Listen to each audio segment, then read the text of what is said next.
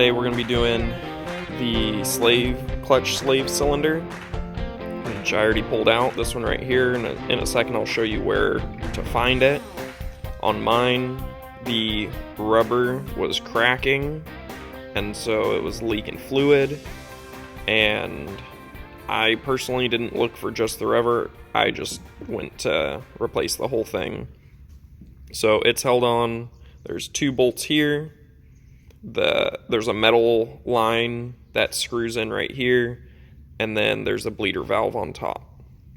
There's also a piece, I reused the push rod, so normally the rubber would be on that right there, and then there'd be a metal bit that goes through the whole rubber, pushes up inside the slave cylinder, and also comes out the end of the rubber here, called the push rod. They can be different lengths, and so mine was still good after polishing it up, and so I just threw it into the new slave cylinder. So the tools that you'll need are 13 millimeter, probably going to need the flange nut wrench again from the previous set, and then it doesn't have to be this. I mean, this is just another 13 millimeter, but it needs to be pretty short for the way that I did it. There's an easier way, I'll get into more detail later, but the way I did it, you're gonna need a pretty short wrench. This one, honestly, don't know if it could be any longer than this. And then I believe 18 millimeters, because I put this up next to 17 millimeter wrench, and it was just a hair bigger, and my dad doesn't have a set that has an 18 millimeter, so went ahead with that. And then possibly going to need like PB blaster or something to break everything loose. So go ahead and grab all these.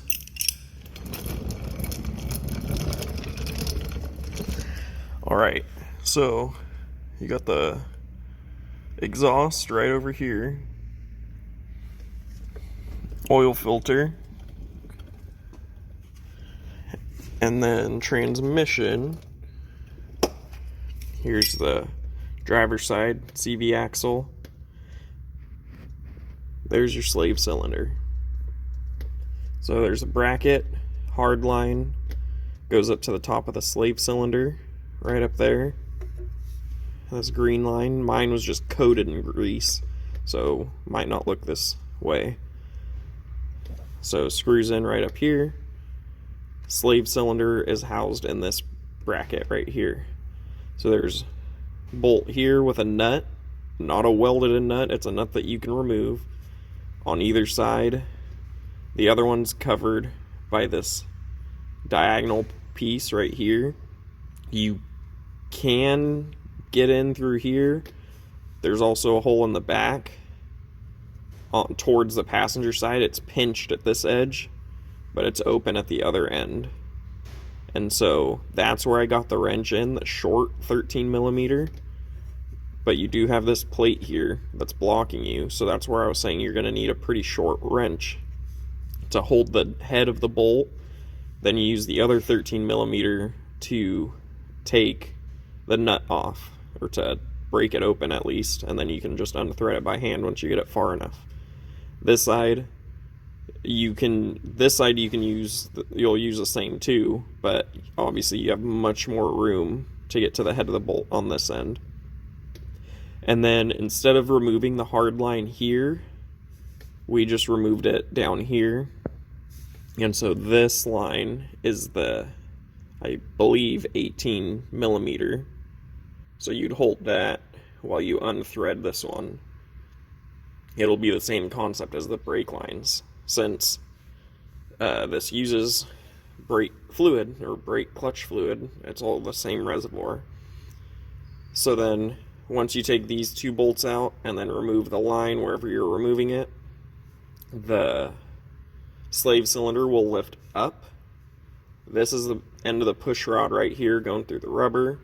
So this will like pop off. There's a little ball in there. This will pop off, and the whole thing lifts up and over this bracket, and then you'll just bring it down.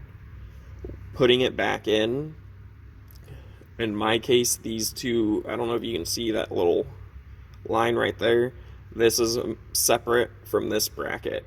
They are held together at this point by this bolt. So when I put it back in, they didn't line up perfectly, so I had to, push them apart just a little bit to get the bolt through. Held that through, and then put the slave cylinder down. Putting it back on, I'd highly recommend putting the bolts in first, and then setting the slave cylinder down on top.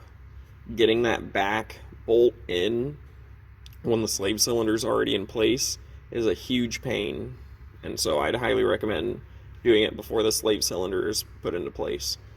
Once the slave cylinder's put in, you'll put, I put this hard line in. Mine has this little bend right here. That bend stays towards the slave cylinder end. If you put it in wrong, they just won't line up correctly. So, forewarn, bend towards the slave cylinder.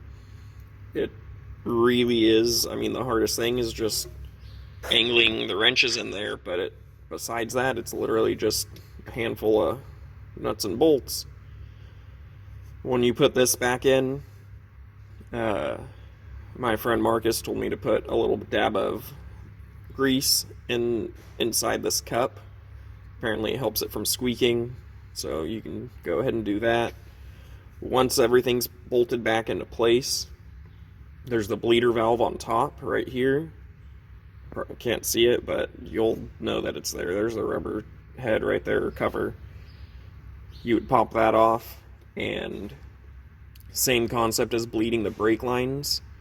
Since you only have the one reservoir for brake and clutch fluid, since this is on the clutch system, instead of having someone push down on the brake pedal, you would have someone push down on the clutch. So they'd push down on that, build pressure. While they're holding it down still, you'd break this open, the bleeder valve. Air, dirty clutch fluid would come out, close it back up. Then the person inside would press down on the clutch till there's pressure, open it up until air, dirty clutch fluid comes out, and you just rinse and repeat until you're getting just clear fluid. Once you're only getting clear fluid, then that means, or should mean, that all the air, all the old clutch fluid is fully washed out, and you only have clean new fluid all the way from the end of the line all the way up into the pedal or to the reservoir. And that should be it.